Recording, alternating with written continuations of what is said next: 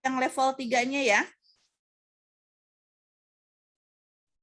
Nah, untuk yang level 3-nya seperti ini nih, ya. Level 3-nya lengkap sekali. Jadi pakai gaunnya itu spesifik pakai hazmat ya. Kemudian ada sepatu bot, kemudian ada pelindung mata ya dan face shield. Jadi selain face shield juga menggunakan kacamata Google ya. Nah, kemudian penutup kepala. Kemudian maskernya juga harus masker yang N95 ya. Nah, ditambah ini sepatu bot ya. Jadi seperti robot. Anda sering kan melihat ya yang perawat yang menangani COVID-19. Nah, pakaiannya kan seperti ini ya. Nah, gaunnya itu namanya hazmat ya. Nah, seperti ini. Jadi tidak ada celah sama sekali ya untuk kita kontak dengan virus kalau penggunaannya benar seperti ini ya. Nah, kita lihat di sini. Nah, kelihatan nggak ini? Kelihatan ya.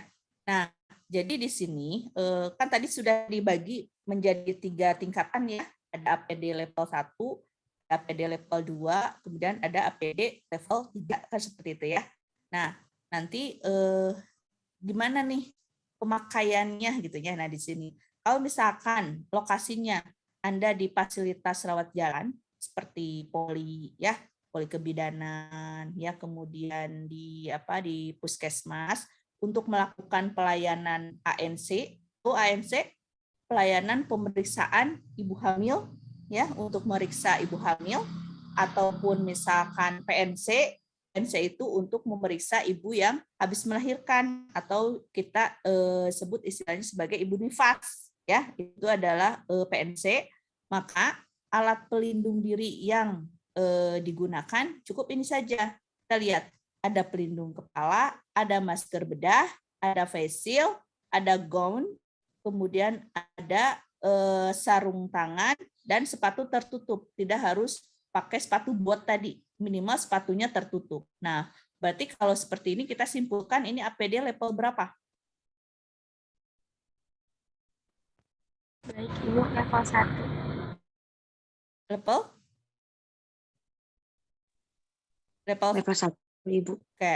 Nah, sekarang kalau misalkan Anda kerjanya misalkan di IGD ya, IGD di VK ya, yang cenderung VK itu tempat orang bersalin ya, kemudian banyak keterpaparannya dengan tubuh seperti apa? Seperti darah, ketuban ya, dan memang itu adalah hal-hal yang bisa menyebabkan penularan infeksi ke tubuh petugas ya.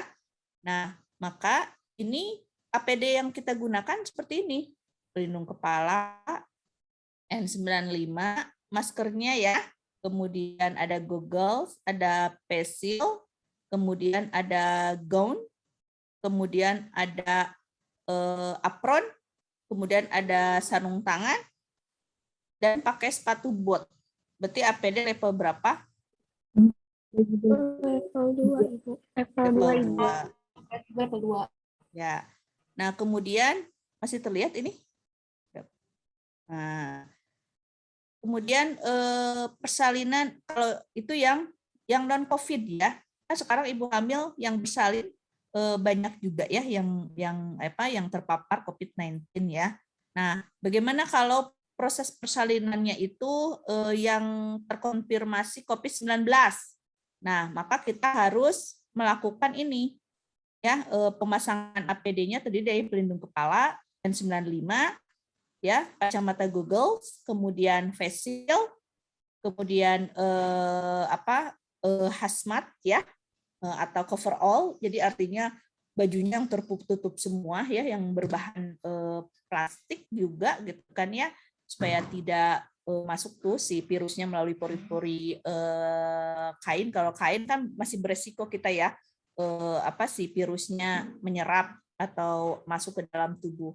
Kayak kalau hazmat itu kan memang si pori-pori plastiknya itu memang tidak ada, pokoknya panas gitu ya kalau kita pakai hazmat itu. Kemudian ditambah lagi apron ya, jadi sudah pakai hazmat, pakai apron juga ya, pakai apron itu apa ya, cengek ya. Kemudian ada sarung tangan dan ada sepatu boots. Berarti ini APD level berapa? Level 3. Level 3. Kalau misalkan Anda tugasnya di fasilitas kamar operasi, ya, misalkan ada kegiatan seksio sesaria atau operasi bedah sesar, maka sama nih, ya. Jadi APD-nya yang kita gunakan seperti ini.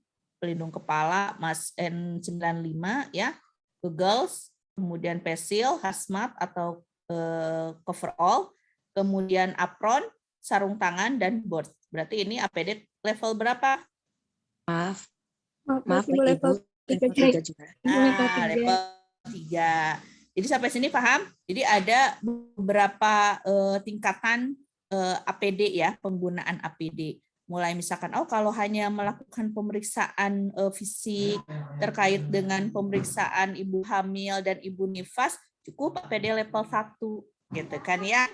Kalau persalinan non-COVID-19 gitu kan, atau misalkan menerima pasien di UGD yang notabene ada yang kecelakaan, pokoknya ada yang berbau-bau cairan tubuh tapi dianya tidak mengalami COVID-19, itu bisa APD level 2 ya. Tapi kalau misalkan persalinan dengan COVID-19 atau di meja operasi itu mah harus APD level 3 ya. Nah, sekarang kembali lagi ke pertanyaan yang pertama. Nah, kok banyak gitu yang terpapar padahal dia sudah menggunakan APD. Nah, kita evaluasi nih APD-nya sudah sesuai dengan kategori ini belum? Levelnya belum? Jangan-jangan dia nolong persalinan yang COVID tapi APD-nya level 1 gitu kan ya, atau hanya level 2. Nah, ini kembali lagi ke sini. Jadi dari tahap penggunaan awalnya saja kita harus sudah mulai mengidentifikasi apakah petugas itu sudah benar atau belum menggunakan APD-nya seperti itu ya. Nah, kemudian karena di sini dikatakan nih untuk APD level 1 ini adalah hanya untuk mencegah penularan aerosol ya. Jadi melalui udara saja gitu kan. Kalau misalkan APD level 2 itu sampai ke penularan dropletnya gitu ya. Nah, kalau level 3 mah ya dua-duanya baik aerosol maupun dropletnya gitu ya, seperti itu. Nah, kemudian cara memasangnya sekarang gitu kan ya. Ya, sekarang cara memasangnya sudah benar atau belum ya. Nah, tadi alat-alat kelengkapannya kalau memang APD level 1 berarti harus lengkap ya. Jangan sampai level 1 tapi sepatunya terbuka. Nah, itu kan ada kemungkinan kuman bisa masuk ya ke area yang terbuka tadi. Jadi prinsipnya sepatunya juga harus tertutup walaupun APD level 1 ya. Nah, seperti itu. Kemudian pada saat mau menggunakan sudah cuci tangan atau belum? Ya, jadi jangan sampai persepsinya kalau cuci tangan itu pada saat mau melepaskan APD aja, tidak ya. Jadi pada saat memasang APD pun harus melakukan langkah cuci tangan terlebih dahulu gitu ya. Nah, kemudian kenakan sepatunya ya, tadi kalau misalkan APD level 1 sepatu tertutup. Kalau level 2 juga tertutup, tapi kalau kalau yang memang ada terindikasi COVID-19 itu ataupun misalkan di ruang persalinan ya, sebetulnya gini, level 2 masih dikatakan itu bisa menggunakan sepatu tertutup ya. Tetapi karena di level 2 itu juga banyak kita menangani dus tubuh ya, jadi memang kita anjurkan tetap menggunakan sepatu bot ya. Jadi level 2 dan level 3 itu kita upayakan menggunakan sepatu bot seperti itu ya. Jadi hanya level 1 saja yang menggunakan sepatu tertutup saja, sepatu tertutup aja gitu ya. Nah, kemudian 4 pakai gaunnya, ya. Nah, ini juga pakai gaunnya itu harus benar, ya.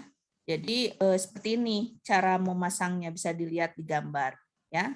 Dari mulai memasukkannya, ya, pakai gaun dengan cara memasukkan bagian tangan dulu, kemudian leher, kemudian baru diikat ke belakang, ya. Nah, kemudian kalau misalkan pakai hazmat, ya, cara pemakaian seperti ini. Anda bisa lihat gambar, ya. Jadi cara memasukkannya dari kaki dulu. Kalau tadi yang gaun itu dari tangan dulu, ya. Nah, kalau misalkan dari pakai hazmat, dari kaki dulu, ya, kemudian baru lengan, kemudian rapatkan dengan menaikkan zipper sampai ke leher, ya. Kemudian kalau yang di leher itu dibiarkan terbuka seperti itu. Nah, kemudian baru setelah menggunakan hazmat, baru pakai masker. Ya. Jadi tahapan-tahapannya juga harus betul, ya. Jangan menggunakan masker dulu. Jadi harus pakai hazmat dulu, baru masker, ya. Atau tadi kalau level 1 pakai gaun dulu atau baju kerja dulu, baru nanti masker gitu ya. Jadi harus berurutan sistematikanya, ya. Jadi menggunakan masker, lihat cara menggunakan maskernya. Jadi kan kalau misalkan masker bedah itu di atasnya itu ada kawatnya, ya. Pernah megang kan masker bedah? Nah, di atasnya ada kawatnya, ya. Jadi pas kita pasang, kemudian si kawatnya kita jepitkan di hidung supaya tertutup, karena kalau misalkan tidak dijepitkan seperti ini nanti akan ada rongga di atasnya, ya. Nah, kalau masker N95 cara pakainya seperti ini, ya. Nah, ini yang N95, ya. Jadi ditaruh dulu seperti ini, kemudian dipasang, baru talinya dibelakangkan seperti itu, ya. Nah, ini juga harus sesuai prosedur. Ini cara menggunakan masker N95. Kalau cara pemasangan pelindung mata, ya, tinggal sama aja seperti Anda memasang kacamata, ya. Nah, itu. Kemudian baru setelah masker, kan tadi masker, kemudian kacamata, baru pelindung kepala, ya, tutup kepala. Itu urutannya. Nah, sehingga jadinya seperti ini. Oke. Jadi harus urutannya harus benar, ya, langkah-langkah pemakaian APD-nya, ya. Nah, baru terakhir ini adalah menggunakan sarung tangan, ya. Pasang sarung tangan tertutup. Jadi kalau sarung tangan itu terakhir, ya, setelah semua proses tadi dilakukan, ya, mulai pemasangan hazmat, kemudian sepatu, ya, kemudian masker, kemudian kacamata, kemudian tutup kepala. Nah, terakhir baru ke handscoon, ya. Nah, ini. Jadi kalau sudah pakai handscoon, sudah tidak ada pemasangan atribut yang lainnya, ya. Nah, seperti ini jadinya, ya. Seperti ini jadinya. Jadi ini adalah APD yang sudah digunakan oleh petugas kesehatan, gitu, ya. Nah, sekarang bagaimana pelepasannya? Nah, jadi tadi pemasangan yang benarnya seperti itu. Nah, sekarang bagaimana pelepasannya? Karena kalau pada saat melepas ini harus hati-hati, ya. Semua alat APD ini sudah terkontaminasi dengan virus, ya, dengan bakteri dan sebagainya. Makanya harus hati-hati. Bagaimana caranya? Nah, seperti ini caranya, ya. Jadi petugas itu harus berdiri di area kotor, ya. Artinya apa? Di situ harus sudah jadi jangan sampai dia melepaskan APD di ruang suntik atau di ruang pasien atau di ruang ganti baju bersih, gitu, ya. Tapi harus memang ada ruangan yang khusus untuk tempat di mana di situ ada tempat sampah, kemudian memang area kotor lah, area kotor, ya. Jadi bukan area bersih untuk makan dan sebagainya. Nah, seperti itu, ya. Yang kedua, lepaskan sarung tangan dengan cara mencubit bagian luar sambil ditarik. Nah ini ya, coba dilihat nih. Ini. Jadi cubit yang daerah ininya ya, daerah luar. Kenapa daerah luar? Karena yang kirinya itu masih menggunakan handscoon. Anda jangan mencubit bagian dalam karena yang dalam itu bersih, yang kotor itu luar gitu ya. Kebalikannya dengan cara memasang. Kalau memasang Anda cubit bagian dalam karena lengan kalau kita masang yang kiri maka yang kanan kan belum pakai handscoon ya. Jadi cubitnya bagian dalam ya. Karena ini tangan sudah bersih kan, sudah cuci tangan. Gitu ya. Ketika ini sudah pakai handscoon, ini belum pakai handscoon, maka cubitnya bagian luar karena ini sudah bersih. Jangan sampai menyentuh lagi tangan gitu kan ya. Nah, ini kalau akan melepaskan seperti ini, cubit bagian luar nih satu persatu. Jadi nanti jatuhnya terbalik kan ya. Jadi bagian dalam di luar, bagian luar di dalam kan seperti ini ya. Nah, nanti kalau ini sudah tidak menggunakan handscoon, maka cubit bagian dalam. Nah, gitu ya. Paham nggak sampai sini? Bisa dimengerti ya? Baik, Ibu bisa. Baik, Ibu bisa. Nah, jadi ini yang tidak pakai handscoon ini, yang sudah dilepas handscoon ini, tolong Anda jangan memegang bagian luar ya karena sudah terkontaminasi. Jadi peganglah bagian dalam ya, dalam handscoon yang bersentuhan langsung dengan kulit gitu ya. Nah, ini kebanyakan di sini nih kesalahannya ya. Jadi sudah lepas handscoon yang sebelah, Anda tarik bagian luarnya, ya otomatis ini terpapar kan dengan tangan yang ini yang tidak pakai handscoon ya. Nah, ini kadang ada yang ceroboh seperti itu sehingga penularan menjadi walaupun dia seketat apapun pakai APD tapi pas pelepasannya nggak benar ya tetap akan terkontaminasi ya. Nah, paham ya? Nah, kemudian bagaimana cara melepaskan? Jadi yang pertama kali dilepaskan itu tadi adalah handscoon ya. Oke, tadi handscoon. Nah, kalau tadi kan kebalikannya ya. Yang dipasang handscoon itu yang terakhir gitu kan pada saat pemasangan ya. Kalau pada saat pelepasan handscoon itu menjadi hal yang pertama untuk dilepas gitu ya. Nah, kemudian bagaimana nih membuka gaunnya? Nah, cara membuat gaunnya gini ya. Jadi pertama itu buka tali belakang dulu ya. Nah, setelah tali kan tadi di belakang ya. Nah, setelah dibuka tali belakang ya, kemudian Anda nanti pegang bagian dalam gaun.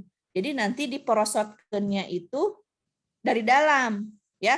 Intinya tidak boleh menyentuh bagian luar ya. Nah, seperti ini caranya ya. Kayak Anda membuka baju ya, membuka baju. Kalau Anda kan dari luar begini ya. Kalau ini mah jangan dipegang dari luar, tapi upayakan ini seminimal mungkin Anda melepaskan bagian dalamnya seperti ini ya. Kemudian nanti digulung seperti ini ya. Nah, kemudian baru nanti Anda prosotkan. Jadi artinya Anda tidak boleh karena tangan Anda sudah lepas handscoon tidak boleh memegang atau melepaskan baju bagian luar. Jadi harus dari dalam dulu ya. Nah, setelah selesai ya melepaskan baju, Anda lakukan langkah cuci tangan 6 langkah ya. Kemudian buka pelindung kepala dengan cara, jadi tadi setelah buka gaun tuh cuci tangan lagi ya, cuci tangan. Kemudian setelah cuci tangan baru Anda buka yang lainnya, kan tadi pakai tutup kepala ya. Nah, buka pelindung kepalanya ya. Nah, pelindung kepala juga dari dalam seperti itu ya. Nah, diambilnya. Jangan comot aja gitu kan. Comot, masukin. Comot jangan. Jadi harus dari dalam ya. Kemudian dilipat ke belakang seperti itu ya. Kemudian baru disimpan di sampah infeksius. Nah, setelah tutup kepala baru ke kacamata. Ya. Buka dulu kacamata. Nah, kacamatanya dibuka, kemudian masukkan juga ke tempat sampah infeksius ya. Sampah infeksius itu nantinya dibersihkan bukan dibuang ya. Kemudian cuci tangan lagi ya. Kemudian nanti buka pelindung sepatu. Jadi ada beberapa kali cuci tangan ya. Tadi 1 kali pada saat setelah melepaskan gaun ya, kemudian pada saat akan membuka tutup kepala ya, kemudian setelah membuka kacamata juga ini langsung cuci tangan lagi, kemudian buka pelindung sepatu dengan memegang bagian dalam juga gitu ya. Pokoknya ingat, membukanya itu harus bagian dalam ya. Nah, kemudian cuci tangan lagi. Nah, berarti udah berapa kali cuci tangan tuh? 3 ya. Udah cuci tangan 3 kali ya. Nah, baru yang terakhir adalah lepaskan masker ya. Nah, masker juga dari telinga, bukan main comot begini aja ya. Sekarang Anda juga harus protektif dengan cara penggunaan masker dan pelepasan masker itu ya. Karena memang sehari-hari kita menggunakan masker sama ya, walaupun kita tidak berdinas di ruang COVID, tapi tetap aja ya kita tekniknya harus benar cara melepaskan masker itu. Dengan cara menarik gitu kan, melepaskan dari telinga, kemudian dimasukkan ke tempat sampah ya. Nah, seperti itu. Kalau misalkan N95 bagaimana? Halo, suara Ibu masih terdengar? Maaf, baik Ibu, masih terdengar. Oke. Nah, kalau N95 bagaimana? Ya, nah ini setelah membuka scrub suite-nya, ya, nah sama aja. Ini dilepaskan berarti dari belakang dulu tali ya, tali tet, ya. Kemudian ini aja jangan dipegang sikapnya ya. Pokoknya tali belakang yang Anda pegang ya. Nah, kemudian baru dimasukkan ya. Nah, setelah itu Anda langsung harus mandi ya. Harus mandi, kemudian ganti baju ya. Jangan menggunakan baju yang walaupun misalkan tadi saya sudah di luarnya pakai hazmat, tapi tetap baju dalamnya juga harus diganti. Oke? Seperti itu ya untuk tahap pemasangan dan pelepasan APD. Ada yang mau didiskusikan dulu sampai sini? Barangkali ada yang belum mengerti? Baik, Ibu izin bertanya. Ya. Suaranya. Ya, siapa nih? Maaf, baik Ibu, saya Sabila dari kelas 1B. Sabila. Izin bertanya. Didekatkan ininya asa menggaung ya suaranya, didekatkan.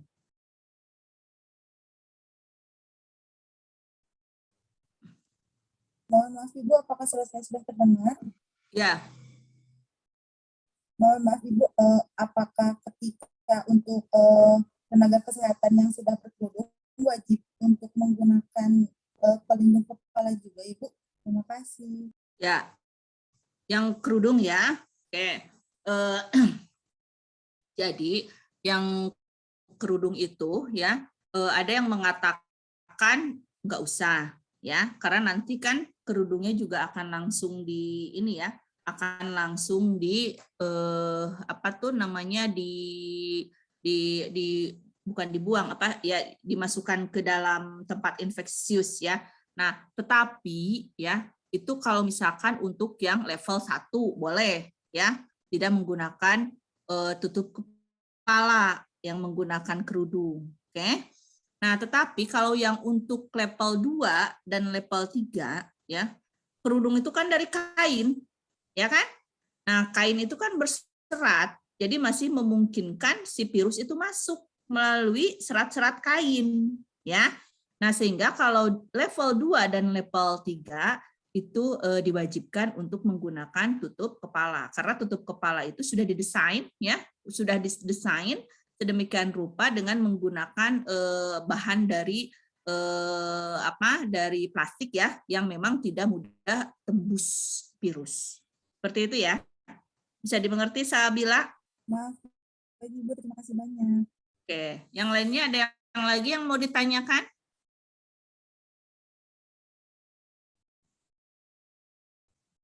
Ada lagi? Baik Ibu, saya Feby Irawati dari kelas 1A izin bertanya Bu.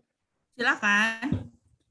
Untuk petugas tenaga kesehatan sendiri kan Bu, habis melepaskan APD kan diharuskan untuk mandi terlebih dahulu ya Bu. Nah kalau misalkan ada pasien gawat darurat gitu yang datang lagi, apakah harus mandi terlebih dahulu Bu? Jadi, ya, kasih. Jadi tadi mandi itu setelah dia melepas APD. Ya. Nah kalau sebelum memasang APD memang biasa kita mandi pagi kan ya. Nah pergi ke ruang PK misalkan kan nggak harus mandi lagi karena sudah mandi kan. Nah yang diwajibkan mandi itu adalah setelah penggunaan atau setelah melepaskan APD. Manakala dia sudah melakukan perawatan kepada pasien gitu kan ya.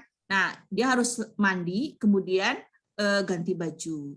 Nah, misalkan oh ada pasien lagi ya, ada pasien lagi. Langsung gunakan APD ya, APD lagi dan APD-nya harus baru. Tidak boleh menggunakan APD yang tadi bekas pasien pertama. Ya, gunakan lagi APD. Kemudian setelah selesai pertolongan persalinan, ya sama tadi, lepasin lagi, kemudian ya mandi lagi, memang itu prosedurnya. Makanya kalau di rumah sakit itu kan ada beberapa tim ya, jadi tidak sendiri ya, jadi memang ada nanti satu orang itu menangani berapa. Jadi setelah penggunaan karena hemat APD juga ya, mengingat anggaran negara itu memang tidak memungkinkan gitu kan ya untuk setiap kali pasiennya ganti lagi ya. Biasanya ada sip-sipan, misalkan Pebi nih, Pebi menangani menggunakan APD berapa jam.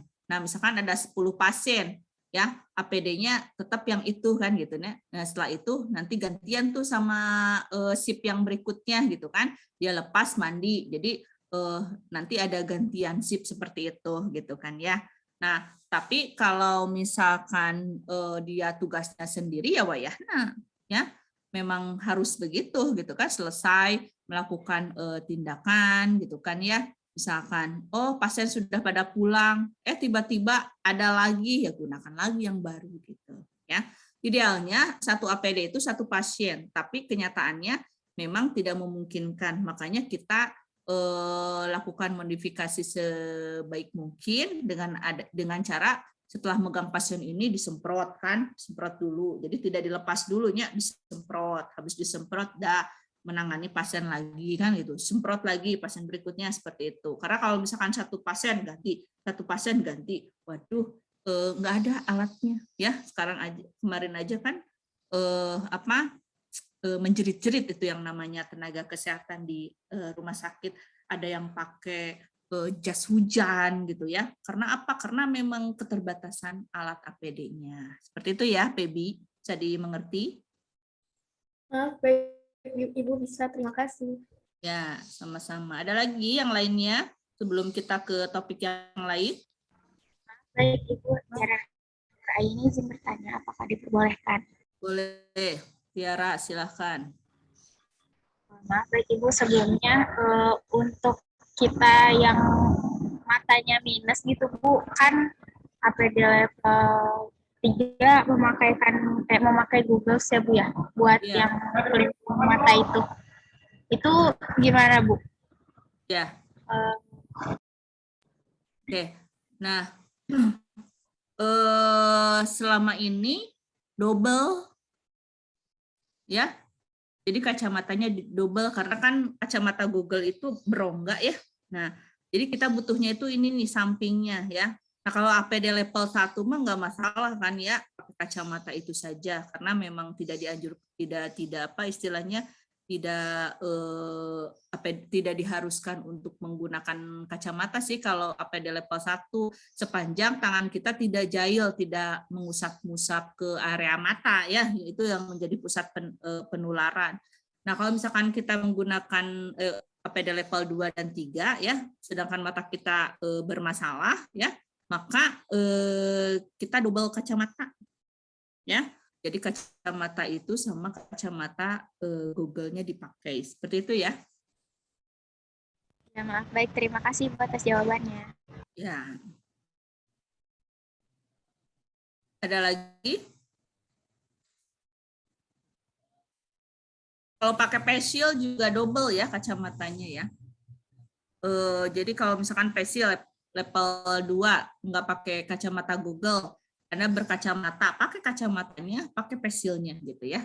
Kalau yang level 3 ya wayahna pakai kacamatanya double, kemudian facial juga. Aduh ribet ya sebetulnya. Tapi memang itulah upaya kita untuk mencegah dari penularan virus terutama COVID-19 ya. Ada lagi? Cukup? Nanti bisa dibaca ya slide-nya, Ibu sudah share-kan di Google Classroom ya. Nah, yang kedua adalah terkait dengan APD dengan pencegahan infeksi. Tadi kan pencegahan infeksi itu salah satunya ada pemasangan APD yang benar ya. Nah, kemudian ada juga langkah cuci tangan yang baik dan benar. Seperti itu ya. Nah, kita selama ini sudah menerapkan langkah cuci tangan yang baik dan benar atau belum? Tadi temannya menyampaikan 6 langkah cuci tangan. Ya. Nah, apakah 6 langkah cuci tangan itu sudah diterapkan dan Anda sudah hafal semua atau belum?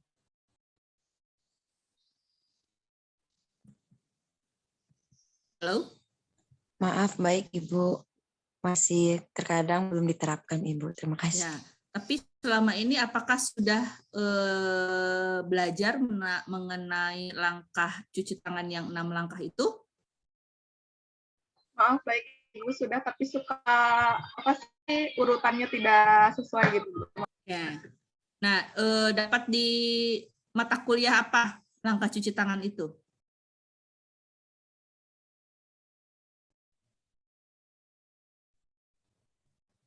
Anja. Halo Anja. Langkah cuci tangan yang sudah dipelajarinya dapat dari mata kuliah apa? Bisa diinfokan ke Ibu? Halo?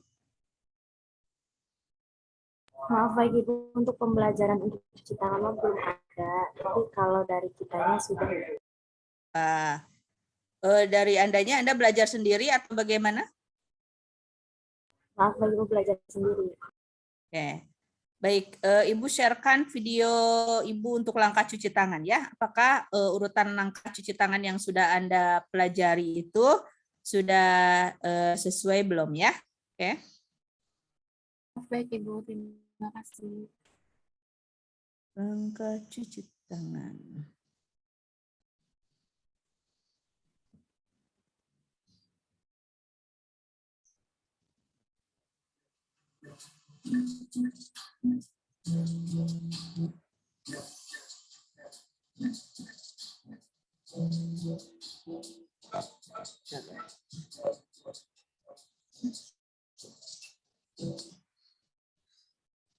Oke, terlihat? Ada Baik Ibu, sudah terlihat Ibu. Ya, silakan Anda perhatikan ya, langkah cuci tangan. Nah, pertama adalah basahi dulu dengan air ya. Tapi ingat, hiasan harus sudah dilepas ya. Nah, langkah pertama, nah lihat ya, gosokkan tangan. Yang kedua, punggung tangan, kiri dan kanan ya. Yang ketiga, jari-jari tangan ya. Yang keempat, 2 tangan dikunci. Nah, ini untuk buku-buku tangan ya. Nggak usah bolak-balik, cukup sekali aja. Yang kelima, Ibu jari dengan punggung sisi tangan. Ya. Yang keenam, ujung jari.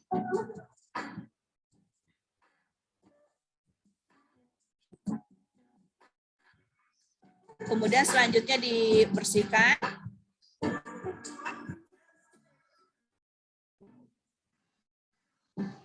Baru kita keringkan dengan handuk atau tisu. Ya.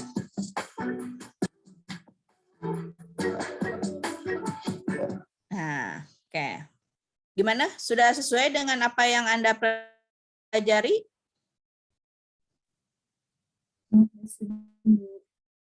Kenapa? Ibu sudah sesuai. Oke, ya. Jadi itu adalah langkah cuci tangan. Ibu sudah sharekan juga ya, karena nanti akan menjadi tugas ya. Anda membuat langkah cuci tangan yang baik dan benar ya. Nah, jadi kalau cuci tangan dengan sabun seperti tadi ya, lamanya itu efektivitasnya itu kurang lebih 40-60 detik ya. Jadi kurang lebih 1 menit ya. Nah, jadi maksimalnya 1 menit itu baru efektif. Nah, sehingga kita sekarang gimana nih untuk istilahnya untuk memanage waktu ya, supaya setiap langkahnya itu seimbang antara langkah 1, 2, 3 sehingga menghasilkan kumulatif waktu 60 menit gitu kan ya. Nah, 60 menit, 60 detik ya, 1 menit itu ya. Nah, jadi Anda bisa membagi ya, kalau misalkan ada 6 langkah, berarti 1 langkahnya adalah berapa detik? 10 detik ya. Nah, 10 detik. Nah, jadi Anda bisa menghitung tuh di dalam hati ya. Bisa menghitung di dalam hati 1, 2, 3, 4, 5, 6 gitu kan. Kemudian 7, 8, 9, 10 kan seperti itu ya. Nah, itu maksimalnya. Kalau misalkan minimal kan tadi 40 detik ya. Jadi 40 aja dibagi 6 berapa? 40 dibagi 6.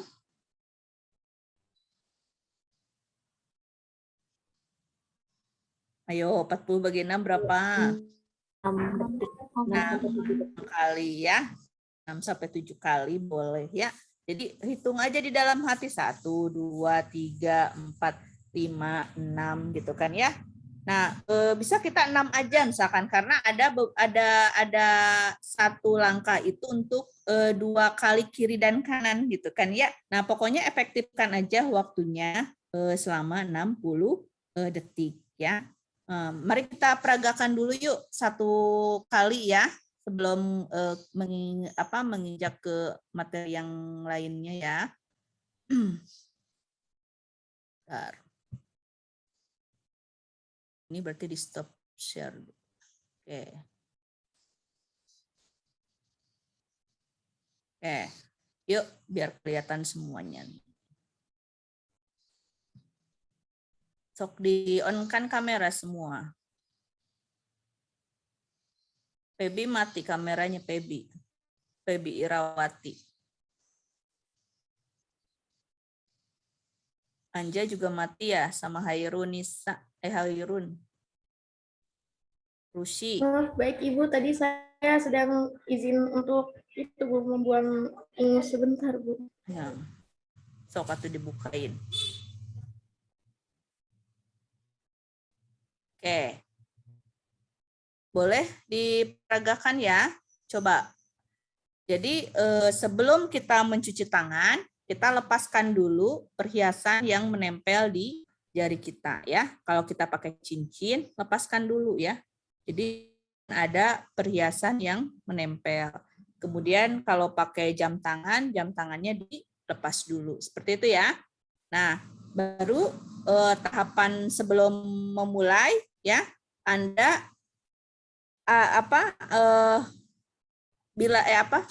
maksudnya tuh air ya. Jadi dibasahi dulu tangannya ya. Dibasahi dulu tangannya dengan air ya. Setelah itu baru Anda ambil sabun ya. Sabun. Set kurang lebih 2 cm ya sabunnya kan. Kemudian nanti Anda gosok ya sampai dia berbusa. Nah, gosoknya jangan begini. Nanti sabunnya turun ya. Jadi tangannya tengadah seperti ini. Nah, ya.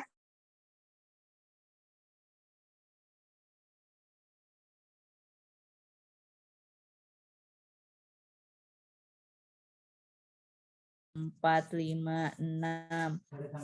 Kemudian 1, 2, 3, 4, 5, 6. Jadi ada langkah yang kedua ini ada kiri dan kanan ya. Nah, kemudian yang ketiga adalah selajari.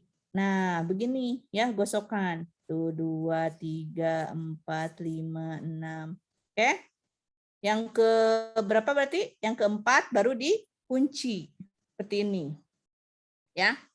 Jadi digosokkan seperti ini. 1, 2, 3, 4, 5, 6. Ya. Nah, kemudian yang kelima, ibu jari. Jadi ibu jarinya digosok oleh 4 jari. Nah, sedangkan oleh 4 jari ini ya. Nah, ibu jari yang ini membersihkan area ini, sisi punggung tangan ya. Jadi seperti ini. Nah, ini memutar sambil ini menggosok ini ya. Nah, hitung 1, 2, 3, 4, 5, 6. Kemudian pindah ke sini. Ya. Jadi sama. Nah, coba ada yang belum betul tuh. Yang siapa tuh ini? Mahilda. Mahilda yang 4 jarinya di ibu jari gitu ya. Nah, ibu jari ini ke sini. Coba ibu jari. Nah, gitu. Ya. Nah, gitu. Oke. Ini sambil digosokkan. Jadi 4 jari ini menggosok ibu jari yang ini, ya. Nah, ibu jari yang ini menggosok sisi punggung ini tuh. Oke? Saya. Nah, baru nanti ujung yang keenam ini, ya. Memutar dari tengah ke luar. Nah, gitu ya. Gitu. Sama satunya lagi. Nah, baru nanti dibilas dengan air ya.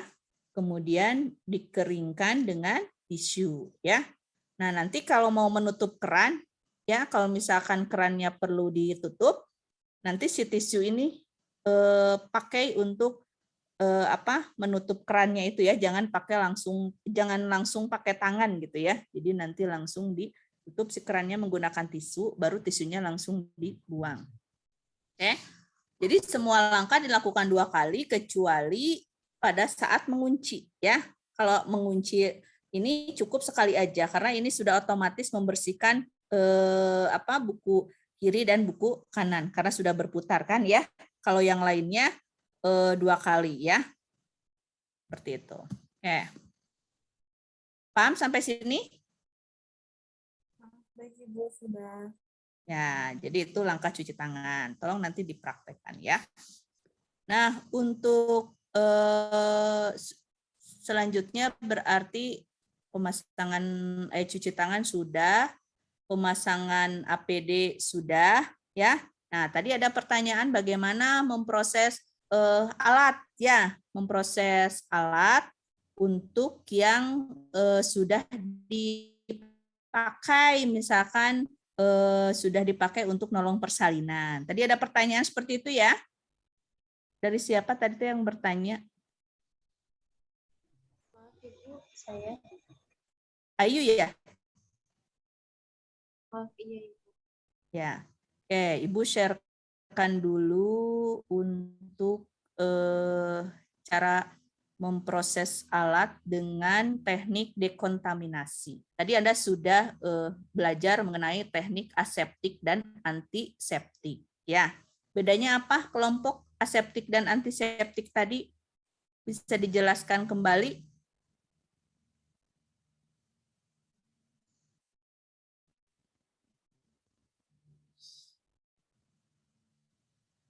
Halo? Aseptik apa tadi? Oh, baik Ibu izin menjawab. Kalau asepsis itu kondisi di bagian tersebut. Terima kasih Ibu. Halo? Siapa yang jawab nih? Baik Ibu aja. Terima kasih. Suaranya terputus, diulangi nih. Oh, baik Ibu izin mengulangi. Kalau asepsis itu kondisi di mana tidak dijumpainya organisme patogen atau prosedur klinis yang digunakan untuk mencegah kontaminasi dari luka dan bagian tubuh lainnya. Kalau antiseptis itu tidak tindakan penggunaan bahan antiseptik untuk menghilangkan organisme patogen tersebut. Terima kasih, Ibu. Oke, sip ya. Jadi sudah paham ya perbedaan aseptik dan antiseptiknya. Sehingga kalau tadi aseptiknya upaya untuk membebaskanlah dari semua mikroorganisme ya. Kalau antiseptik itu adalah tindakan bahan yang digunakan untuk supaya membebaskan mikroorganisme di area tertentu kan seperti itu ya. Tadi banyak macamnya ya, mulai dari betadin itu kan antiseptik ya. Kemudian apalagi bisa disampaikan ulang? Propidon iodin ya, betadin itu sama dengan propidon iodin. Terus apalagi? Tadi bahan-bahan untuk antiseptik? Oh, baik Ibu, ada alkohol, ada oksidansia, ada asam borat dan lain-lain Ibu. Terima kasih. Ada apa lagi?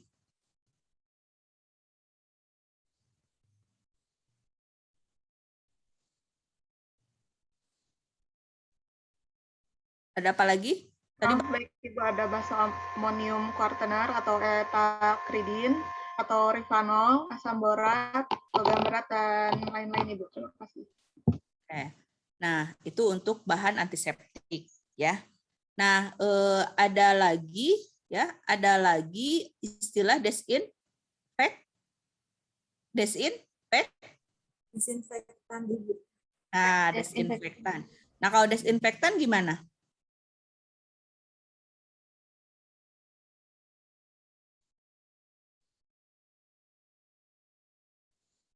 Halo? Kalau desinfektan gimana?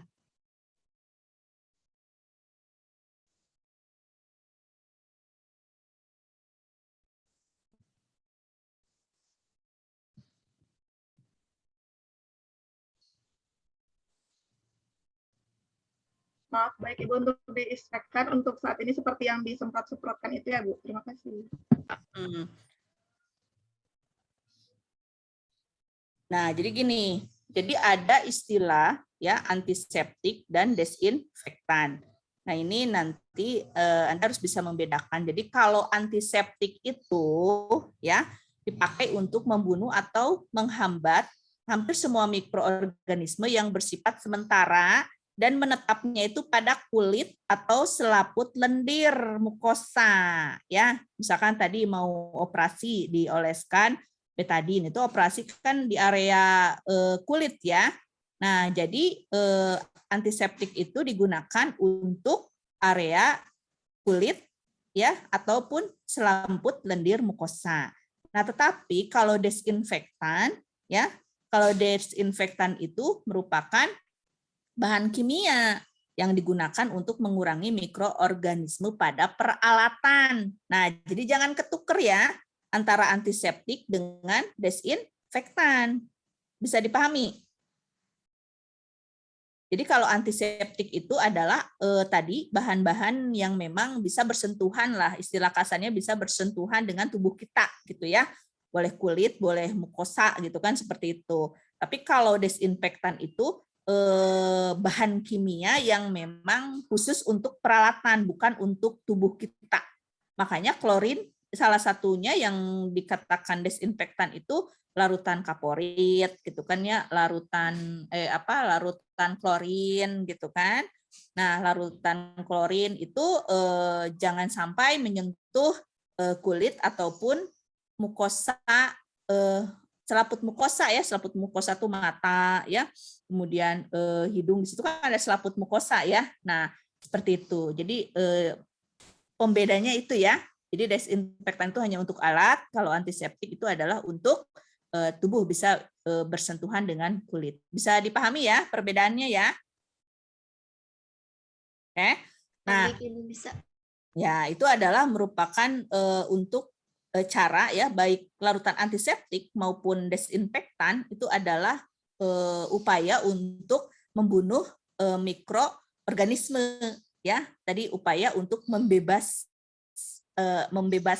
apa sih istilahnya itu, ada bebas, bukan bebas kuman ya, Ya pokoknya intinya membebaskan alat ataupun tubuh dari mikroorganisme gitu ya. Nah tadi kalau untuk tubuh mah kita gunakan larutan antiseptik. Kalau misalkan untuk peralatan mah kita gunakan larutan desinfektan seperti itu ya. Nah untuk yang disemprot-semprot sekarang itu ya itu adalah larutan desinfektan. Makanya kan waktu itu banyak di awal-awal masa pandemi itu setiap perumahan, setiap orang yang masuk ke area perumahan itu disemprot ya, disemprot. Nah itu kan sebetulnya jadi pro kontra ya. Kenapa? Karena penyemprotan itu bukan untuk tubuh manusia. Makanya kan itu suka ada yang perih katanya ya habis disemprot itu, dan karena itu mah zat kimia yang tidak boleh bersentuhan dengan tubuh ya. Jadi sebetulnya salah kalau kitanya yang disemprot, kecuali kitanya pakai APD level 3 tuh ya. Kan semuanya terbungkus oleh bahan plastik ya. Nah, mangga itu mah disemprot. Petugas ambulan jadinya langsung pada terlentang terus disemprot-semprot sama klorin desinfektan itu. Ya boleh karena tidak langsung bersentuhan dengan tubuh. Yang tidak boleh itu orang masuk perumahan ya tidak pakai APD, kemudian disemprot semuanya, kena muka ya, kena kulit, akhirnya apa reaksinya? Gatal karena mengiritasi ya, mengiritasi kulit. Nah, seperti itu ya. Jadi mohon ini dipahami dulu ya. Dipahami dulu konsepnya ya. Perbedaan antara antiseptik dengan desinfektan. Oke. Nah, cara membuat larutan desinfektan juga itu ada aturannya ya. Jadi kita harus lihat komposisi klorinnya. Biasanya kita membuat larutan klorin itu dari larutan apa itu namanya Biclean ya, karena Biclean itu komposisinya itu klorin dalamnya. Anda familiar kan dengan Biclean ya? Nah di situ Anda bisa lihat Biclean itu konsentratnya itu 5,25%. Gitu ya. Di situ sediaan Biclean itu nanti Anda lihat ya. Anda harus beli ini Biclean ya. Boleh botol kecil atau botol besar terserah. Nah, itu konsentratnya itu 5,25%. Nah, sedangkan yang kita butuhkan untuk perendaman alat atau membersihkan permukaan apa seperti meja, kaca dan sebagainya itu hanya 0,5%. Ya. Nah, jadi jangan sembarangan Anda merendam langsung dikucurkan si klorin teh. Nah, itu tidak sesuai ya, tidak sesuai, harus dilarutkan dulu ya, harus diolah dulu sehingga konsentratnya menjadi 0,5% gitu ya, dari tadi yang 5,25% itu. Nah, bagaimana caranya? Itu ada rumusnya ya, dan rumusnya itu wajib Anda ketahui ya. Nah, baik Ibu share screen dulu ya supaya Anda tergambar bagaimana cara membuat larutan klorin. Ini juga Ibu sudah share ya. Nanti di Google Classroom, jadi Anda bisa pelajari lebih ininya ya, lebih detailnya ya. Nah, di sini ada ada yang sifatnya klorin itu ada yang sifatnya cair, ada yang sifatnya padat atau serbuk ya. Nggak tahu. Nah, kalau yang cair ya nanti tinggal dihitung seperti ini. Nih, ya. Jadi kalau misalkan nah ini ya. Nah, kalau misalkan kita ingin membuat sediaan klorin dari yang konsentratnya tadi 5,25% ya. Jadi rumusnya gini. Persen larutan sediaan. Nah, larutan sediaan yang Biclean itu kan 5,25% ya. Jadi 5,25% dibagi larutan yang diinginkan. Ya. Larutan yang diinginkan itu berapa? Berarti 0,5%. Nah, kalau misalkan kita menginginkan 0,5%, berarti 5,25% dibagi 0,5%, kan larutan yang diinginkan 0,5 ya. Nah, dikurangi 1. Paham sampai sini? Jadi rumusnya larutan sediaan yang terdapat di dalam Baiklin, ya, yang tadi 5,25, sesepedahan kayak ya, 5,25% itu dibagi larutan yang diinginkan, yaitu 0,5% dikurangi 1, gitu ya. Nah, hasilnya berapa? Nah, hasilnya itu adalah jumlah bagian air, ya. Nah, nanti hasilnya itu, bentar, satu-satu ya. Nah, ini ya. Jadi hasilnya itu adalah, mana ini? Kok nggak ada?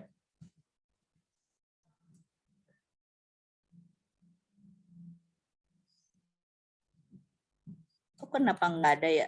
Ya udah, nanti terangkan aja ya.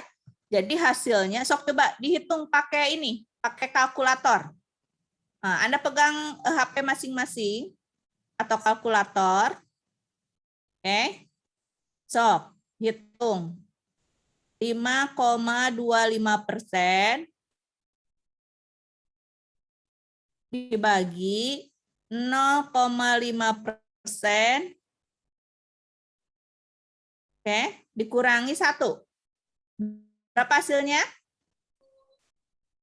Maaf, Ibu, hasilnya 0,05. Masa? 9, Ibu. 9,5 Ibu. Nah, 9,5 ya. Ayo yang masih 0, sekian diulang lagi ya. Jadi hasilnya adalah 9,5. Nah, 9,5 dibulatkan aja ke bawah jadi 9. Artinya apa 9 ini? 9 itu adalah jumlah bagian air ya. Kan harusnya 10 ya. Nah, jadi 1 klorin, 9 bagian air. Ngerti nggak? Ya, jadi 9 itu bagian air. Nah, sekarang kita langsung ke soal aja supaya Anda paham. Nah, sehingga misalkan nih, contohnya, jika Anda ingin menyiapkan larutan klorin 0,5%, abaikan dulu yang 0,1 ya, nanti kita terangkan lagi. Yang fokusnya adalah 0,5%. Dari 1.500 cc air. Nah, tadi sudah ketemu. Kalau kita menggunakan larutan konsentrat klorin yang 5,25% tadi, ya, itu kan hasilnya 9 bagian air. Ya, berarti kita akan membuat nih larutan desinfektan dari 1.500 cc air. Nah, dari 1.500 cc air ini berapa klorinnya, berapa airnya? Tadi sudah ketemu rumusnya.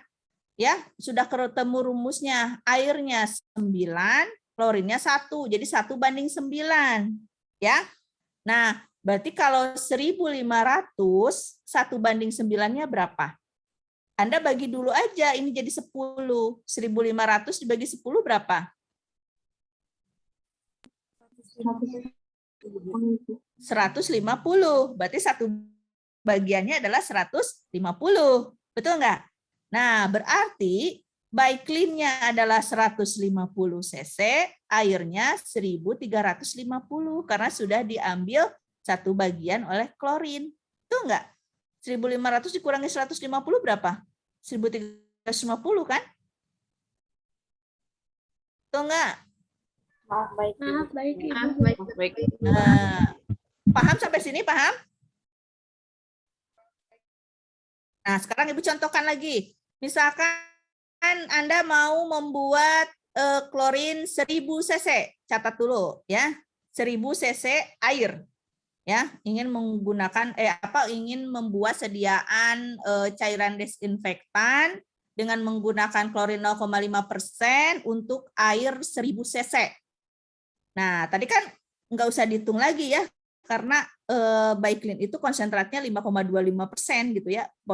Otomatis rumusnya adalah 1:9 aja kan gitu ya.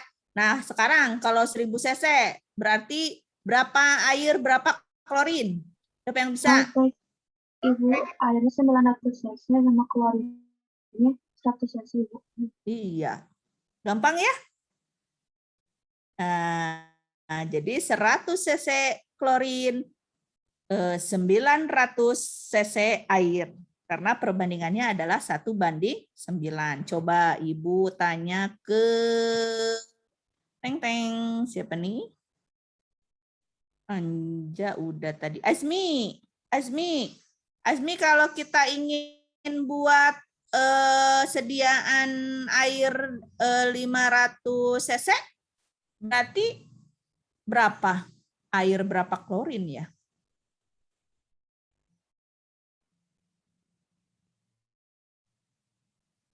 Berapa, Mi? Azmi?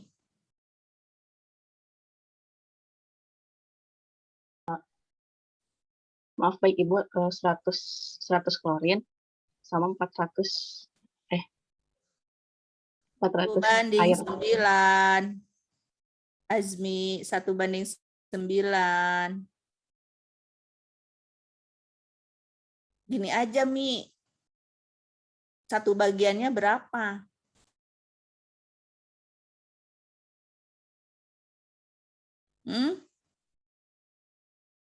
Kan kita butuhnya 500. Sedangkan pembandingnya tadi sudah kita hitung ya.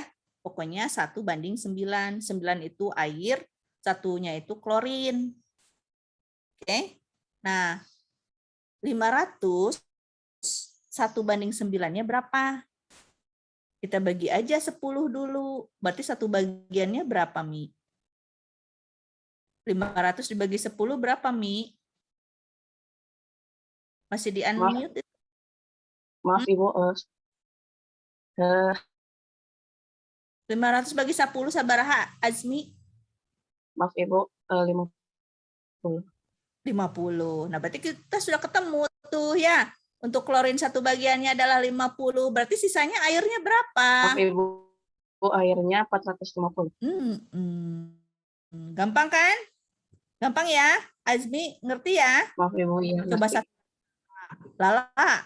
Lala kalau misalkan Lala mau buat sediaannya 300 cc air, berarti berapa klorin, berapa bagian airnya? Maaf, baik Ibu, klorinnya itu 30 ya Ibu, 30 cc. Terus airnya? Airnya 290 cc. Hah? Berapa airnya? 290. Maaf Ibu, airnya itu 270 cc. Iya, ya. Jadi 1:9. Sip. Berarti sudah paham ya. Cung yang belum, gak apa-apa. Lebih baik ngaku dari sekarang, ya. Ada yang belum paham? Yuk. Karena nanti tugas Anda ini, ya. Tugas sehari-hari Ibu bidan untuk membuat larutan klorin. Jadi harus paham betul. Oke? Sudah paham semua ya? Bener nih. Nanti kalau di lab ada yang belum paham, nanti Ibu Ibu jembel loh. Karena sekarang kan Ibu bilangnya siapa yang belum paham. Ya, kalau sekarang Ibu nggak jembel karena jauh. Nggak bisa ya jembel online. Oke. Sudah ya? Sudah dipahami ya? Nah, sekarang kalau sudah dipahami ya. Nah, sekarang bagaimana Bu itu ada yang 0,1%. Itu untuk apa 0,1%? Jadi ada sediaan 0,5% ya. Itu kalau airnya adalah mentah. Bisa paham ya? Nah, kalau 0,1% itu kalau kita membuat sediaan larutan desinfektan dari air DTT. Apa itu air DTT? Air DTT itu adalah desinfektan tingkat tinggi. Apa itu desinfektan tingkat tinggi? Yaitu air yang sudah dididihkan, ya, lebih dari 100 derajat Celcius seperti itu. Kemudian kita dinginkan, bukan air aqua ya, bukan, ya, bukan air aqua, bukan air apalagi fit yang siap minum, itu bukan DTT ya, karena itu tidak mengalami proses pemanasan dulu. Jadi kalau misalkan kita mau vulva hygiene itu membersihkan daerah pulpa biasanya pada saat ibu yang sedang habis bersalin ya. Kita kan sebagai bidan suka membersihkan area kemaluannya ya dari darah dan lendir. Nah, maka kapas kita menggunakan apa? Menggunakan kapas. Nah, kapasnya dicelupkan ke air apa? Air DTT. Nah, air DTT itu air apa? Yang tadi itu yang Ibu sampaikan. Air DTT itu adalah air yang sudah dididihkan, ya, yang sudah ngegulak-gulak, sudah lebih dari 100 derajat Celcius, kan seperti itu. Kemudian didinginkan. Nah, didinginkan, ya. Nah, itu disebut sebagai air DTT, ya, seperti itu. Nah, kalau misalkan kita membuatnya dari air itu, ya, maka yang kita buat sediaan klorinnya itu bisa hanya 0,1%, tidak usah 0,5% untuk perendaman alatnya. Paham ya sampai sini ya? Nah, penghitungannya sama, rumusnya juga sama, ya, rumusnya sama. Rumusnya tadi berarti larutan sediaan dibagi larutan yang diinginkan, ya, dikurangi 1 berapa, ya. Nah, coba dihitung.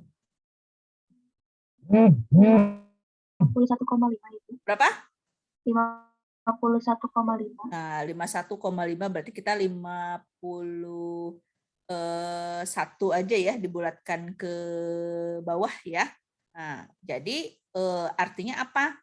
Berarti satu klorin ya 51 bagian air ya. Jadi berarti ada nanti kalau misalkan Anda butuhnya misalkan gini, Anda mau buat 0,1%, ya nanti ambil aja airnya misalkan 1 gelas ya. Nah, berarti tinggal dihitung aja 51 gelas ya, ditambah berarti 1 gelas klorin, seperti itu ya. Nah, cara mudahnya. Tadi juga cara mudahnya ada yang 0,5% itu. Misalkan Anda asal tempatnya sama aja ya. Oh, kira-kira ini cuman ada alatnya itu cuman ada 3 biji nih. 3 biji kan sedikit ya. Nah, kita kira-kira aja, jangan terlalu banyak air yang disiapkannya, apalagi cuma gunting ya. Gunting kan pendek gitu kan. Jadi saya mau pakai ukuran ini aja, mau pakai ukuran gelas segini gitu ya. Jadi saya berarti 1 gelas klorin, 9 gelas air gitu aja mudahnya gitu ya. Nggak usah dihitung-hitung kayak tadi, kecuali kalau misalkan di rumah sakit Anda disuruh, Neng, buat larutan klorin dari 1.500 cc. Nah, itu mah kan perlu gelas ukur ya, 1.500 cc air gitu kan. Nah, hitungannya tadi seperti itu kan, sekian cc klorin, sekian bagian air. Tapi kalau untuk mudahnya ya, pokoknya mah asal alat ukurnya sama aja. Mau pakai tutup botol apa gitu ya. Misalkan hanya butuh naoge cuman 1 gelas, ini mah untuk untuk membersihkan termometer aja gitu kan ya. Nah, maka tutup gelas kan paling tutup aqua lah, tutup aquanya klorinnya 1 tutup aqua, airnya 9 tutup aqua gitu. Bisa dipahami? Nah, itu cara mudahnya ya. Oke. Nah, sekarang bagaimana untuk yang padat? Nah, kalau yang padat itu biasanya dari jenis aporit klorinnya itu ya. Nah, jadi kalau misalkan kita membuat larutan klorin 0,5% dari bubuk aporit ya. Nah, itu konsentratnya itu 35% rata-rata 35% ya. Nah, sehingga kalau 50% ya, jadi kok pada hilang ya?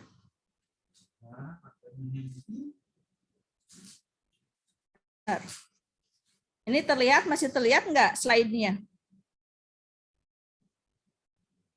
Halo? Baik Ibu, masih Iya. terlihat. Terima kasih. Jadi kalau catat aja lah, gini di sini hilang ya. Jadi kalau konsentratnya 35%, jadi dibalik rumusnya ya.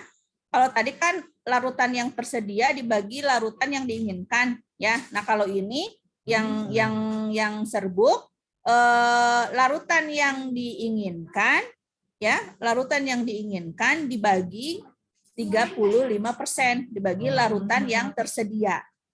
Ya. Kemudian dikali 1000. Ya, hasilnya adalah gram. Gram dalam 1000 cc itu berarti dalam 1 liter air itu gitu, ya. Coba dihitung. Silakan. Kita ingin menggunakan larutan 0,5%, ya. Berarti kan 0,5% dulu karena kan sediaan yang dibutuhkan dibagi sediaan yang ada di klorin dibagi 35%. Ya. Dikali 1000.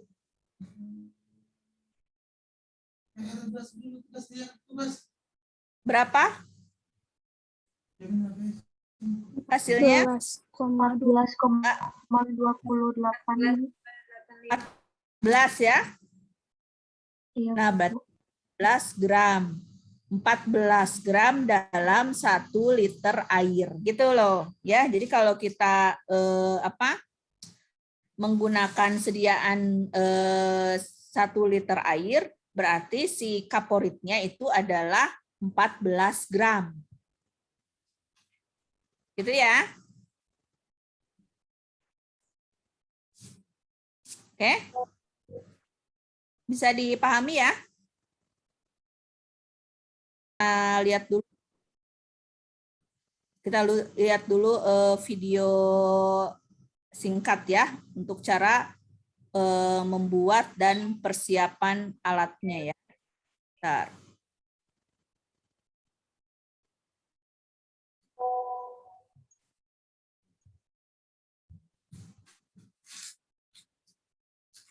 Mana tadi video tadi?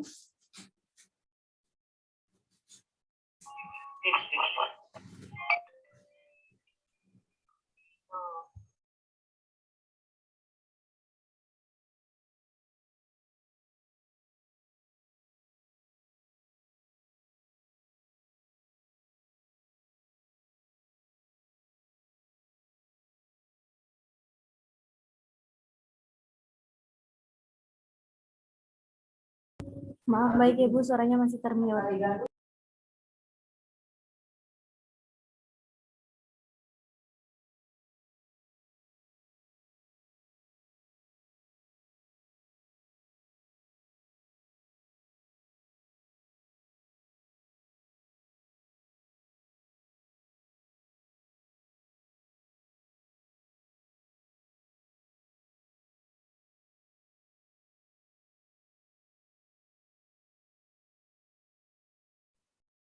Suara Ibu terdengar?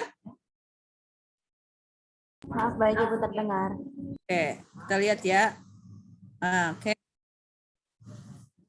Jadi sebelum kita melakukan atau menyiapkan sediaan klorin tadi, ingat ya, kita pakai APD ya. Jadi biar langsung sekalian bisa untuk melakukan tindakan ya, karena ini masuk ke dalam persiapan alat, bahan, dan tempat ya. Nah, ini ingat, untuk menyiapkan larutan klorin ini tidak boleh di alat yang berbau-bau metal, logam, stainless seperti itu ya. Jadi harus dari bahan plastik. Kenapa? Karena sifatnya korosif ya, mudah berkarat, sehingga nanti alat yang digunakan kalau kita menggunakan stainless nanti alatnya mudah bocor ya, mudah berkarat. Ya.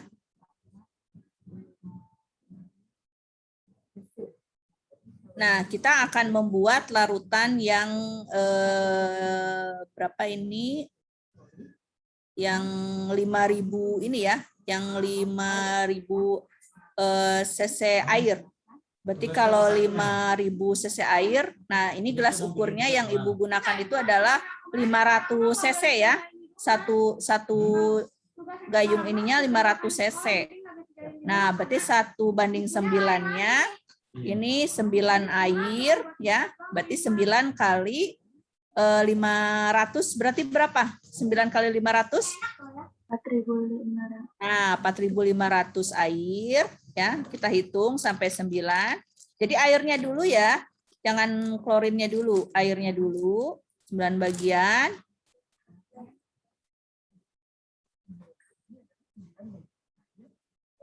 Nah, baru 1 bagian klorinnya ya, itu diumpamakan ya, karena itu sudah habis klorinnya.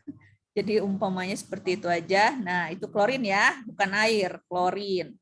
Nah, baik Rin, itu 1 bagian. Sehingga totalnya menjadi 5.000 cc ya. Boleh diaduk, tapi sebetulnya sih tercampur langsung ya, nggak diaduk juga.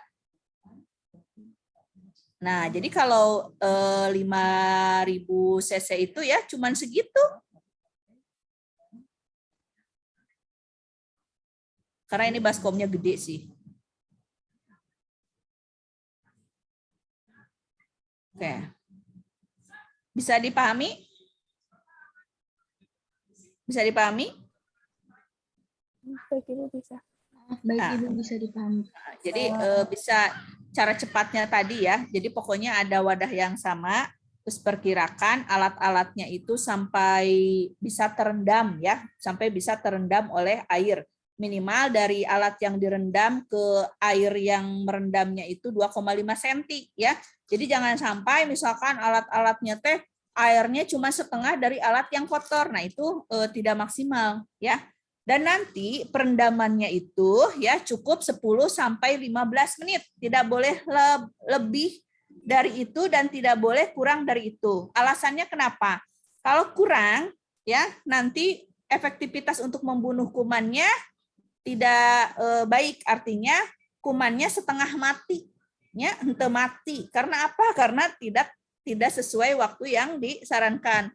Hasil penelitian itu kuman mati ya dengan perendaman klorin 0,5% atau 0,1% itu kurang lebih waktunya adalah 10 sampai 15 menit ya.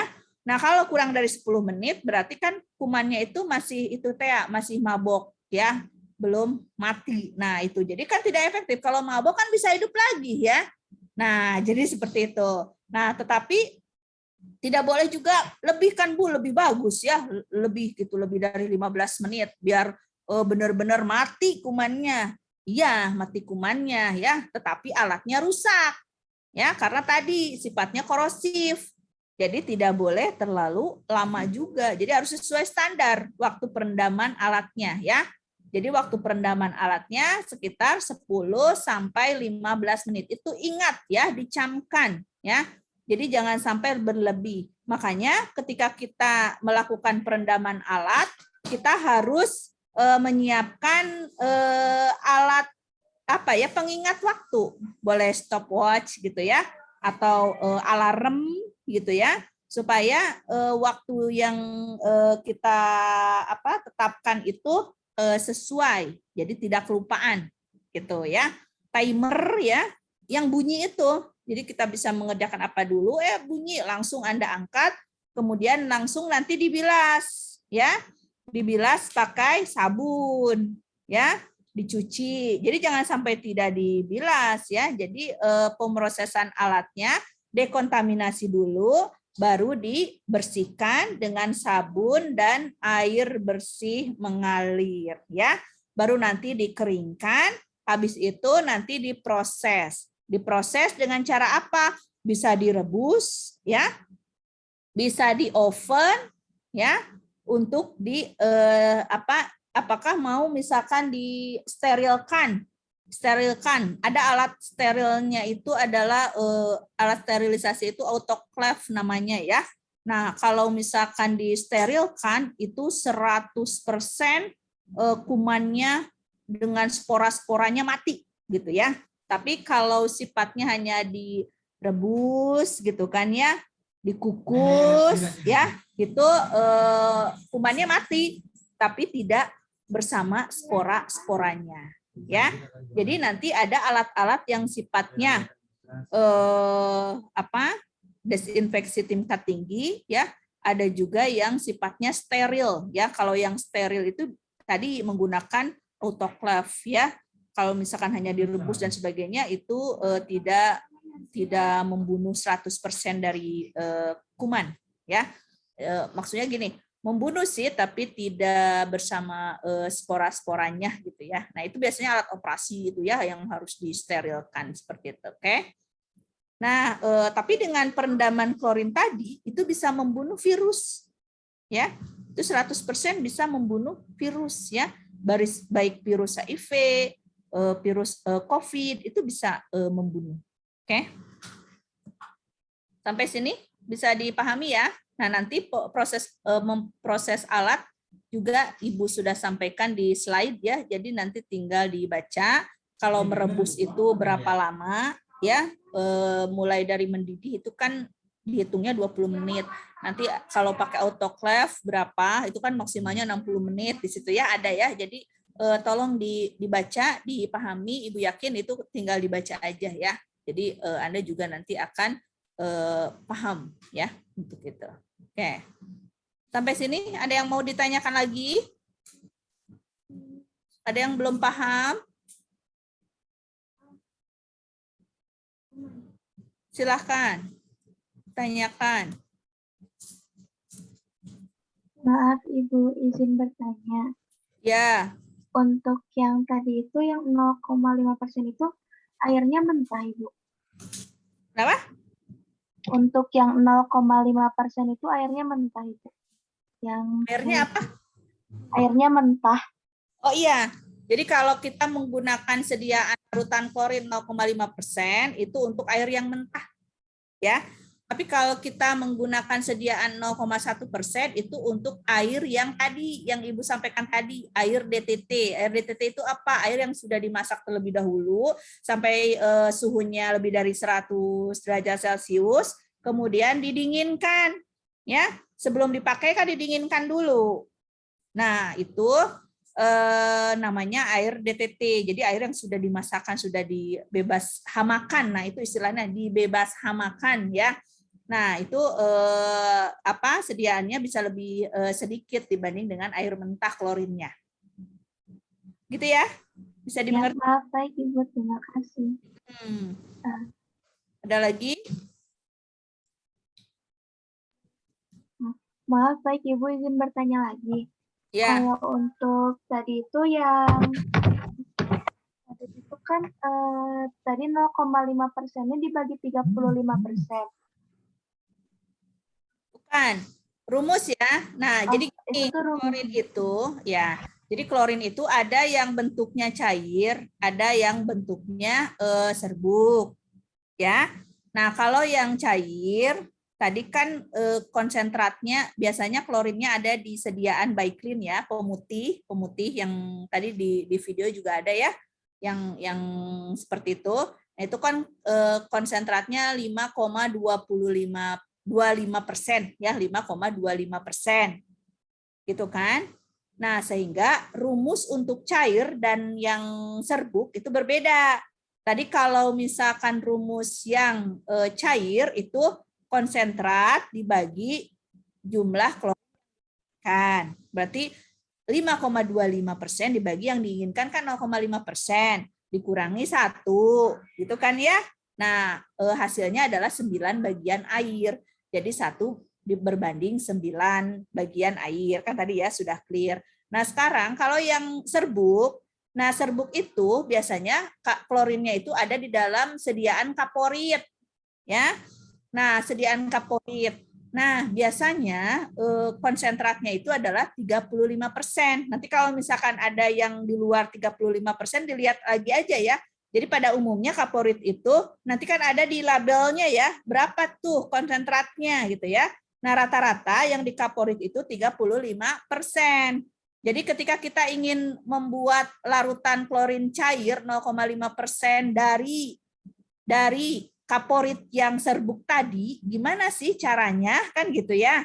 Nah, kalau cair tadi sudah 1:9. Nah, kalau yang bentuk serbuk atau padat itu gimana caranya? Rumusnya itu adalah berapa persen larutan yang diinginkan. Berarti kan kita menginginkan 0,5%. Ya kan? Berarti 0,5% dibagi 35% sediaan yang ada di kaporit itu.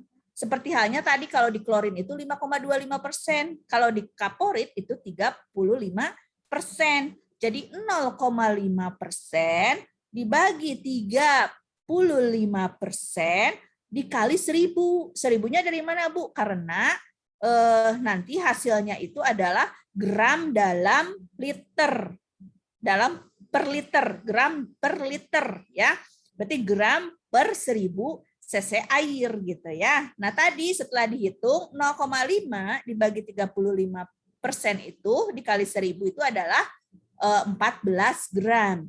Berarti dalam 1 liter air ya kita campurkan 45 gram kaporit. Nah hasilnya itulah sediaan klorin 0,5% dalam 1 liter air. Bisa dimengerti nggak? Siapa tadi yang bertanya? Maaf, baik Ibu Zahda. Siapa? Zahda. Zahda Ibu. Zahda, mengerti nggak? Jadi dalam 1 liter air itu ya kita membutuhkan kaporitnya itu adalah 14 gram. Ya. Berarti kalau misalkan kita mau membuatnya 2 liter air, berapa gram kaporit yang dibutuhkan? 28 gram, Ibu. 28 gram. Kalau 1.500 cc air, berapa gram kaporit yang dibutuhkan, Zahda?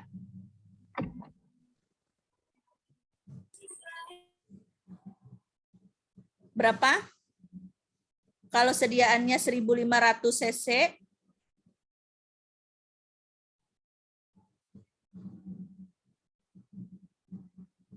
kan tadi kalau 1.000, 14 gram. 21 gram, Ibu. Iya, ya karena setengah 500 cc-nya itu mungkin hanya, bukan mungkin, hanya 7 gram kan? Berarti kan 1 liter 14, 1.500 berarti 21 gram. Ya, 2.000 berarti 28 gram. Gitu ya? Nah, pertanyaannya ke arah sana bukan tadi, Zahda? Maaf, baik. Ya, Ibu. Terima kasih. Ya. Ibu. Oke, berarti terjawab ya pertanyaannya ya. Maaf, baik ya, Bu. Sip. Itu ya. Jadi apa? Cara membuat larutan klorin baik cair maupun padat ya. Oke. Ada lagi yang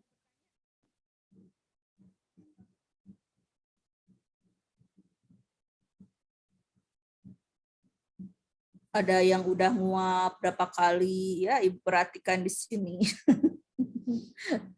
Sepertinya sudah ngantuk nih.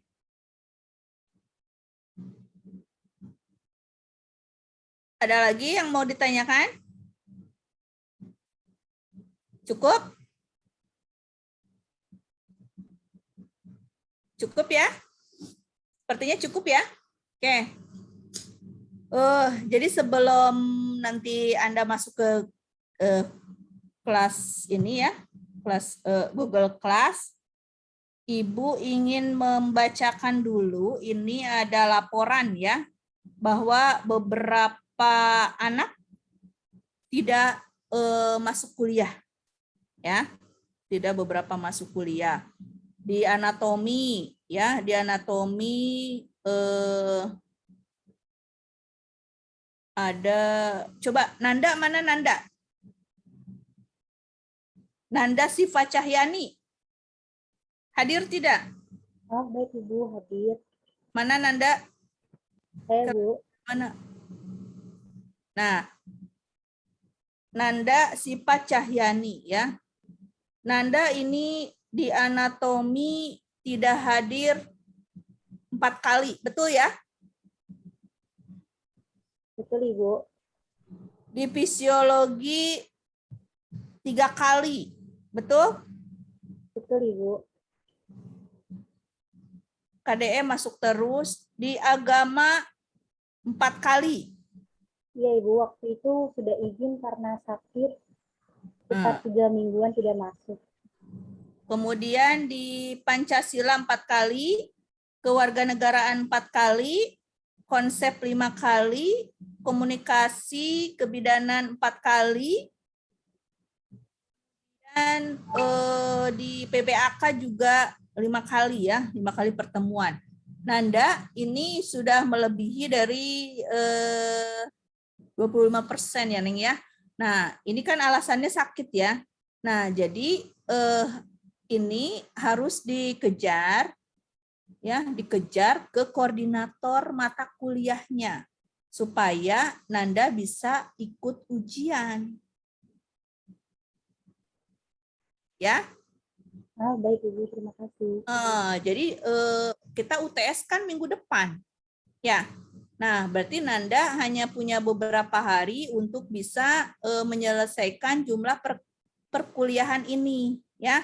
Perkuliahan ini nanti bagaimana bentuknya, silakan Nanda hubungi ke setiap koordinator mata kuliah ini, ya, untuk minta penggantian karena kan nanti nilai tugas juga harus masuk, ya.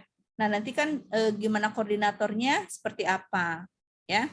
Jadi ingat ya teman-teman bahwa untuk kehadiran ini sangat di apa ya istilahnya sangat harus diperhatikan karena terkait dengan boleh tidaknya Anda mengikuti ujian gitu ya. Nah, selama proses itu minimal gitu kan, minimal itu memang 75% sih kalau di peraturan akademik gitu kan ya. Nah, tetapi 75% ini kan tidak hadir, tapi kan bukan berarti sudah aja selesai, ya tidak ada follow up, bukan. Jadi dikejar ya untuk meminta meminta penggantinya kepada koordinator. Bentuk penggantinya seperti apa? Nanti apakah bentuknya tutorial ataukah bentuknya penugasan dan sebagainya, itu tergantung dari koordinator masing-masing. Nah, Ibu lihat kebetulan di sini mata kuliahnya kebanyakan dosen dalam, ya ada beberapa sih dosen luar. Jadi silahkan Nanda menghubungi koordinator dari setiap mata kuliah ini ya Nanda ya, mulai dari hari ini ya. Baik, Ibu, terima kasih. Ya, jadi Nanda teman-teman semua ya, bukan Nanda aja. Jadi tolong jaga kesehatan ya. Ini mumpung kuliah daring ya, istilahnya kuliah daring. Jadi sebetulnya kalau sakit apa sih Nanda kemarin? Maaf, baik, Ibu ingin menjawab. Waktu PKKMB itu sempat pingsan, Bu, karena memang awalnya sakit. Kemudian asam lambung GERD-nya sudah parah, terus ada darah rendah juga sama GERD sama asam lambung itu, Bu. Dirawat nggak? Waktu itu disarankan dokter dirawat, cuman kan karena ada kegiatan perkuliahan gitu ya, Bu ya. Jadi nggak mau dirawat. Kemudian kata ibu ya sudah jangan masuk dulu. Terus dokternya juga bilang harus istirahat full gitu, Bu. Iya nggak apa-apa kalau kan itu ada alasan sakit ya. Nah nanti tolong lampirkan surat sakitnya ya, ada kan? Baik, Bu, ada, Bu. Nah setelah itu nanti Nanda langsung berikan surat sakitnya ya lewat PDF aja, nanti dikirim ke Bu Siska ya. Nanti dikirim ke Bu Siska, kemudian dikirim juga ke setiap koordinator mata kuliah sambil meminta meminta pergantian pertemuan ya. Istilahnya kan pergantian pertemuan. Dalam bentuk apa nanti ikutin aja sesuai dengan permintaan koordinator. Seperti itu ya, Nanda. Ya, baik, maaf, terima kasih. Ya, jaga kesehatan ya, jangan sampai terulang lagi karena kalau yang namanya gastritis ya, gastritis itu penyakit lambung, itu kalau misalkan salah pola makan, kemudian stresnya yang terlalu tinggi itu juga bisa memicu untuk kambuh kembali ya. Nah, jadi untuk teman-teman yang punya penyakit yang sifatnya kambuhan ya, itu misalkan asma, itu juga jangan bisa dipicu oleh stres juga kan ya. Nah, tolong manage tingkat stresnya ya. Manage tingkat stresnya, jangan terlalu memang perkuliahan kadang membuat stres ya. Tapi kalau misalkan kita bisa memanagenya ya dengan cara apa? Membagi waktu ya sehingga pekerjaan tidak menumpuk. Insya Allah kita akan menjalaninya dengan happy gitu ya. Kecuali akan ada tingkat stres yang tinggi itu kalau misalkan Anda menumpuk-numpuk pekerjaan ya. Jadinya itu yang akan menjadi beban Anda sehingga asam lambung akan meningkat gitu ya. Jadi konsumsi makanannya jangan sampai jajan yang tidak benar. Sekarang kan musim jajan seblak, tapi seblak tetap pedos ya. Pakai bon cabe, terus pakai warna pokoknya nama segala macem lah gitu ya. Nah, anak ibu juga sama tuh ya.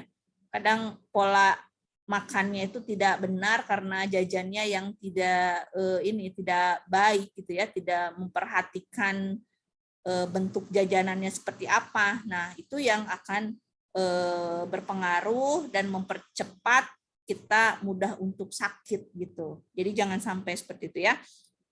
Karena sekarang kan masih masa pandemi, sebetulnya makan juga bisa masih terkontrol ya karena Anda posisinya ada di rumah ya. Nah, sekarang jangan sampai stres lah intinya ya. Perhatikan komposisi makanannya supaya makanan yang kita konsumsi itu mengandung unsur gizi yang seimbang. Itu saja sih sebetulnya ya. Bu yakin sih kalau di rumah masing-masing pasti makan mah sudah tersedia, cuman tinggal Andanya mau makan apa enggak, atau hanya ingin jajan makan mie doang kan gitu ya. Nah, jadi sekarang harus mulai ini Anda sebagai calon-calon tenaga kesehatan, perhatikan kondisi fisiknya ya, nutrisinya, olahraganya, tolong ya di rumah jangan tidur terus ya, apalagi sekarang kondisinya belajar daring yang menuntut kita untuk duduk di depan laptop dalam waktu yang cukup lama. Nah, itu kan kalau misalkan kita punya penyakit ambeien gitu ya, wasir ya. Nah, itu kan bisa jadi ya. Nah, makanya di sela-sela memperhatikan perkuliahan via daring ini tolong olahraganya juga dilakukan di sela, bisa kan 10-15 menit ya, Anda berdiri, lakukan stretching dan sebagainya. Pokoknya hal-hal seperti itu harus diperhatikan untuk kesehatan kita ya. Oke, jadi untuk semuanya laporannya sepertinya hanya untuk Nanda saja, kirain Ibu banyak ya. Ternyata itu nama mata kuliah yang banyak ya. Tapi untuk mahasiswanya ternyata itu atas nama Nanda ya. Saja ya untuk pertemuan kali ini. Silakan langsung masuk ke Google Classroom. Nanti Ibu sharekan alamat linknya. Kemudian dikerjakan. Di situ ada quiz untuk mengerjakan soal latihan cara membuat larutan klorin. Ibu rasa sudah pada paham, jadi itu pengerjaannya sampai jam 12 siang. Kemudian nanti ada tugas lain membuat video, cuci tangan, dan cara membuat larutan klorin, divideokan juga ya. Nah, itu Ibu kasih batasan waktunya sampai besok jam 9 malam. Ya. Nah, untuk yang APD ya, yang APD nanti sharekan aja dalam bentuk foto ya, dalam bentuk video apa foto ya. Ibu lupa tidak memasukkan, padahal di RPS-nya itu harus ada juga untuk cara pemasangan dan pelepasan APD. Ibu tanya dulu, di rumah punya apa saja untuk alat APD? Enskun punya? Maaf baik punya Ibu. Maaf baik Ibu tidak. Handscoon tidak punya. Baik, ada Bu. Ada ya? Baik, Ibu ada. Nanti handscoon bolehlah beli di apotek atau ya, sepasang mah mungkin ada ya. Nanti handscoon. Jadi Anda serkan aja lah di Google Classroom-nya ya, di poin itu video, pembuatan video langkah cuci tangan dan pemrosesan alat ya. Nanti di situ ada video cara menggunakan handscoon ya. Ibu nanti mau evaluasi nih. Kan gambarnya sudah ada ya, nanti Anda benar enggak. Jadi bentuknya video cara menggunakan handscoon ya. Kalau masker sih nggak usah divideokan, Ibu yakin Anda sudah bisa. Dan gaun, punya gaun nggak di rumah? Maaf, Ibu tidak, Ibu. Maaf, Ibu tidak punya. Maaf, Ibu Pakai tidak jas punya. hujan.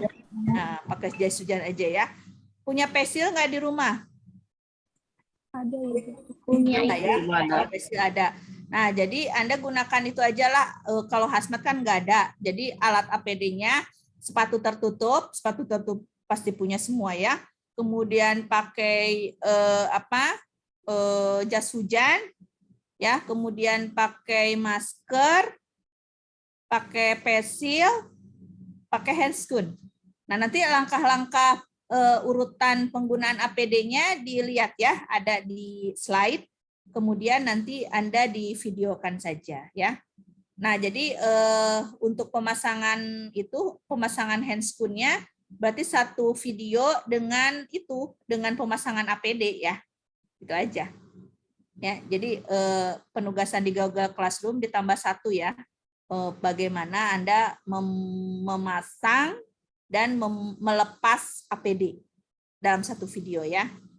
Karena di situ ada cara memasang handscoon juga. Jadi tidak terpisah ya. Handscoon merupakan urutan langkah dari pemasangan APD. Nah, nanti dilanjut dengan cara pelepasan APD-nya. Oke.